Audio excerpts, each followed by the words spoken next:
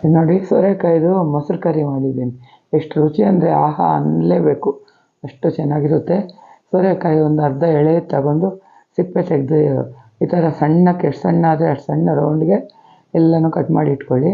ಇವಾಗ ಒಂದು ಬೌಲ್ಗೆ ಹಾಕ್ಕೊಂಡು ಇದಕ್ಕೆ ಸ್ವಲ್ಪ ಉಪ್ಪು, ಅರಿಶಿನ, ಖಾರ, ಸಾರು ಪುಡಿ ಇಲ್ಲ ಸಾಂಬಾರು ಪುಡಿ ಹಾಕಿ, ಅದು ಇಲ್ಲ ಅಂದರೆ ಅಚ್ಕಾರದ ಪುಡಿನೇ ಹಾಕಿ ಪರವಾಗಿಲ್ಲ.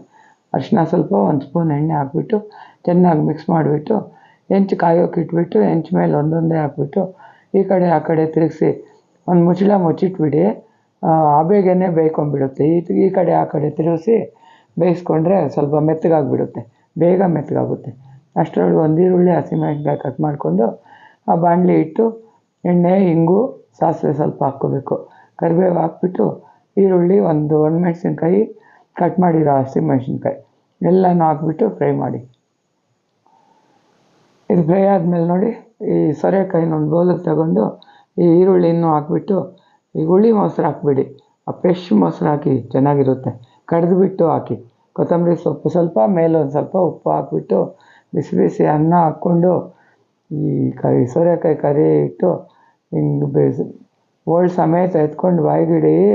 ಏನು ಚೆನ್ನಾಗಿರುತ್ತೆ ಅಂತೀರಾ. ಎಲ್ಲರಿಗೂ ಇಷ್ಟ ಆಗುತ್ತೆ. Like, share, subscribe and follow.